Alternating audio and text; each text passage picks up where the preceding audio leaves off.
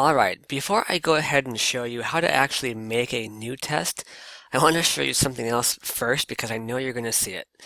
And that is whenever you have a content area, in this case the area called tests, I've got two tests here. But what happens is if I go over to assessments and then make a new test, what we're going to see is we have an example test here, right? But we don't have the other two. So exam 1, or exam 2 and exam 1 do not appear in this test list.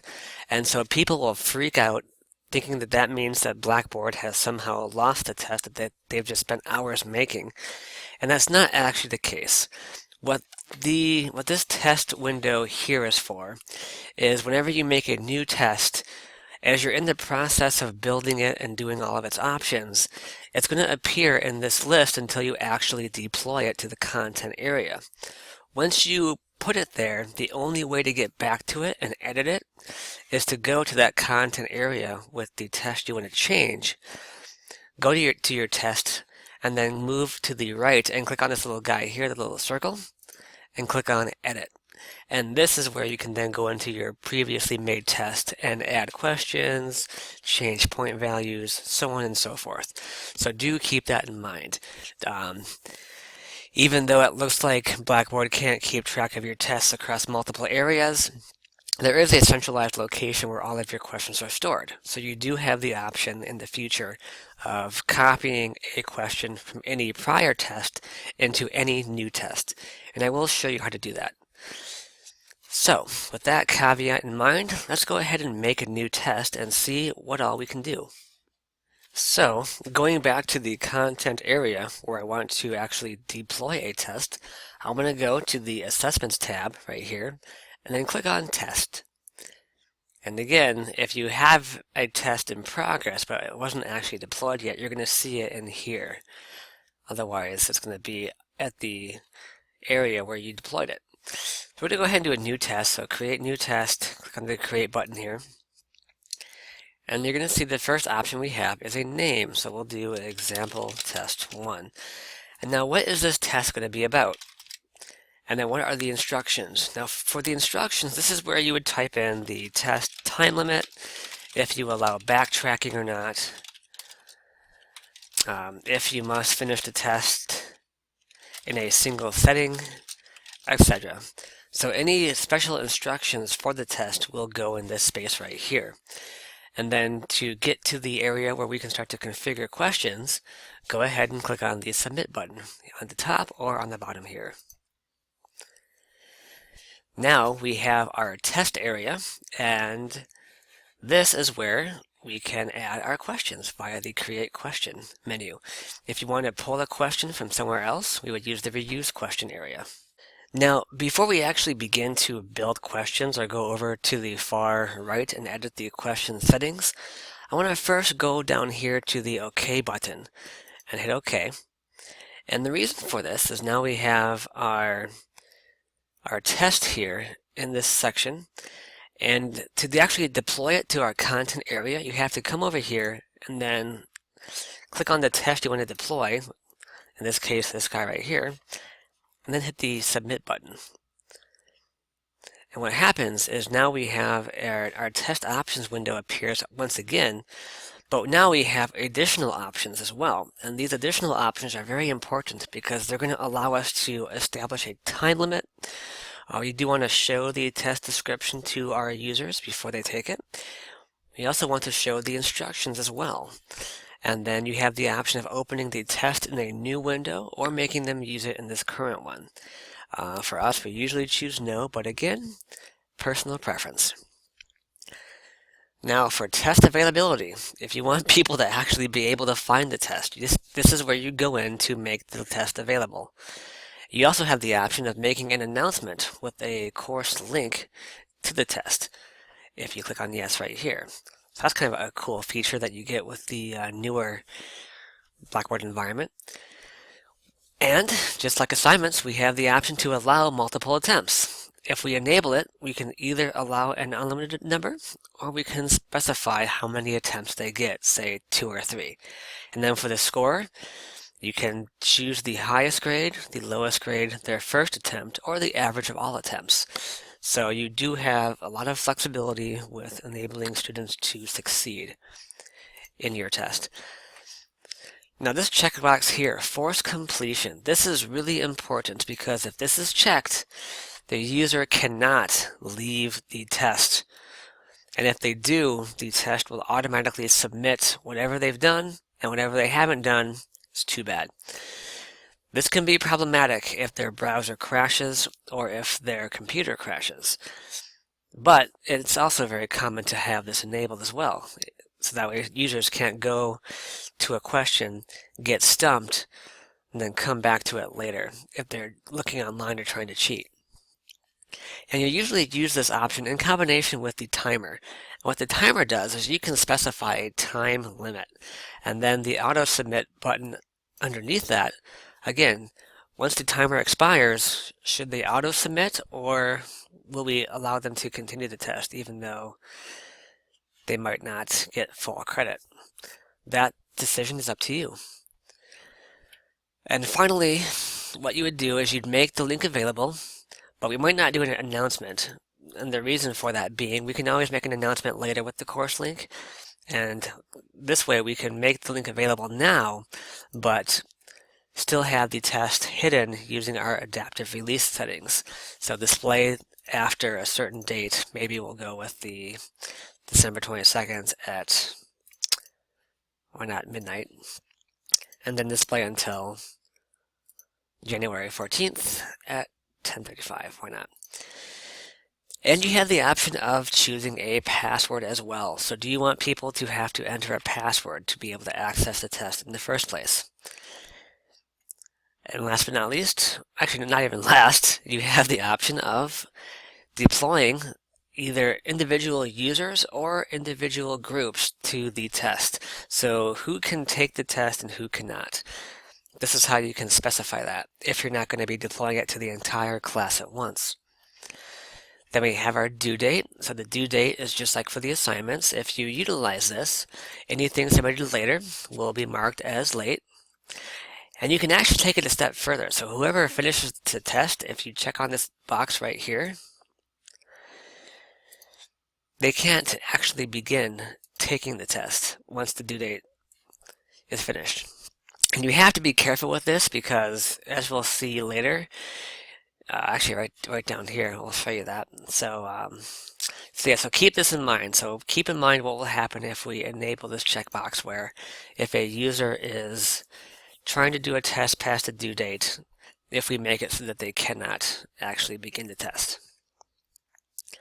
For self-assessment options, we do want to include the test in Grade Center. And again, you don't have to use the Grade Center, but we do encourage you to do so just so everything is transparent. And once you get used to how it works, it really is pretty easy. And then what you can also decide is, do you want to hide the results for the test from the instructor and the Grade Center? So if this is checked, perhaps the test is still required for credit, but you as the instructor aren't really concerned about their answers. This is more for the students' personal evolution or personal learning. So then you would check on this guy here. So if we don't care what the grades are, but we do want to have this test still count for credit, then you would have to click on this. But remember that when this is checked, you will never be able to see their answers. So you can't undo this later. You're going to delete all of their attempts. So it's a very powerful option, but do keep in mind that once you commit to it, you can't go back. In fact, I couldn't even click on this guy. This checkbox here won't even let you click on it while this is checked. So you have to then uncheck this. It's going to say, are you sure? And hit OK. And now we can go back here and click on this checkbox here. Now, showing test results. This tends to confuse people because you have multiple options for specifying who can view the test and when. If we allow the user to view the test after all attempts are graded, We have to be careful because if we had this checkbox, do not allow people to take the test past the due date, we're going to have users who haven't taken the test, and so they are going to be getting in the way of this setting here, so nobody will be able to view their grades or their feedback. What I like to do is I will wait until after the due date is available, and then I will allow the user to see either the answers to all of the questions they've submitted, only the correct answers, or all the answers, so both the correct or incorrect answers. So I usually go with this guy here, all answers, because it takes care of these two and more.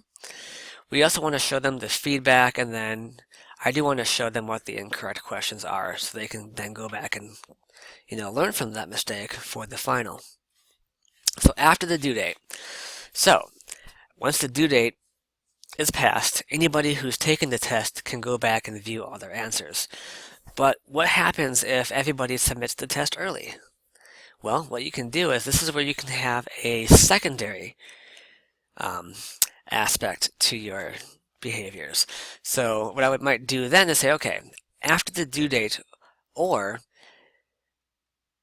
after all attempts are graded, then what we are on a specific date. So again, this is how you can refine this feature here. And then, of course, last but not least, the test presentation. So do you want them to take the test all at once or one at a time?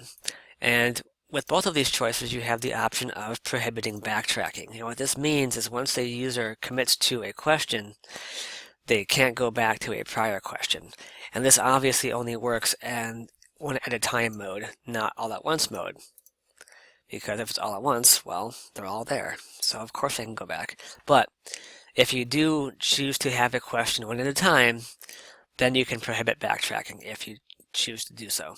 You also have the option of randomizing the questions each time a test is run. And there is a way to have a series of questions always appear in the same order if you want to have a non-randomized set within your randomized test. And you do that via question sets, and we'll show you how to do that in a different video. But again, we're kind of just going over all of the possible test options available to you, and there are a lot. But for the most part, they are pretty straightforward. And once you understand how your course is designed and how you want to conduct your tests, all of this really isn't so bad. And then as far as choosing all at once versus one at a time, if you have a quiz, maybe it's only 5 questions, then the all at once would be a much better presentation experience for your user. If you've got a 50 question test, however, you might want to enable one at a time. Just know that with one at a time, I guess even when you do all at once too, what might happen is that when a user makes a selection or an answer, Blackboard runs a script in the background that saves their choice to the server, and sometimes this script can hang and it'll give the illusion that the browser has crashed. So just inform your users that, hey, when you're taking these tests, sometimes when you submit an answer, it will take a second or two for Blackboard to save it so that you don't lose it. So, as with anything online, patience is key. Now, after you hit the submit button again, this is when your test actually deploys itself to the content area that you intended. And again, once you do this, you're no longer going to see it in the assessments test window. You're going to have to go to the content area where your test is at, go to your test, and then click on this little circle to the right to edit the test or edit test options to add new questions. So it is a bit convoluted and roundabout. It's not the best workflow, but again, it is Blackboard. So just kind of keep that in mind. So yeah, let's go ahead and then again, so under assessments, so we have example test 1. If you go to assessments and go to tests, we're not going to see sample 1 because this section here only shows you tests that have not been fully configured and deployed yet. So there you go. So now that I have deployed the test, let's go ahead and go into this test here and begin editing the test. So we're going to go ahead and add some questions. But first, now that we've gone over the test settings, we're going to now have a new video covering the question settings over here on the far right tab.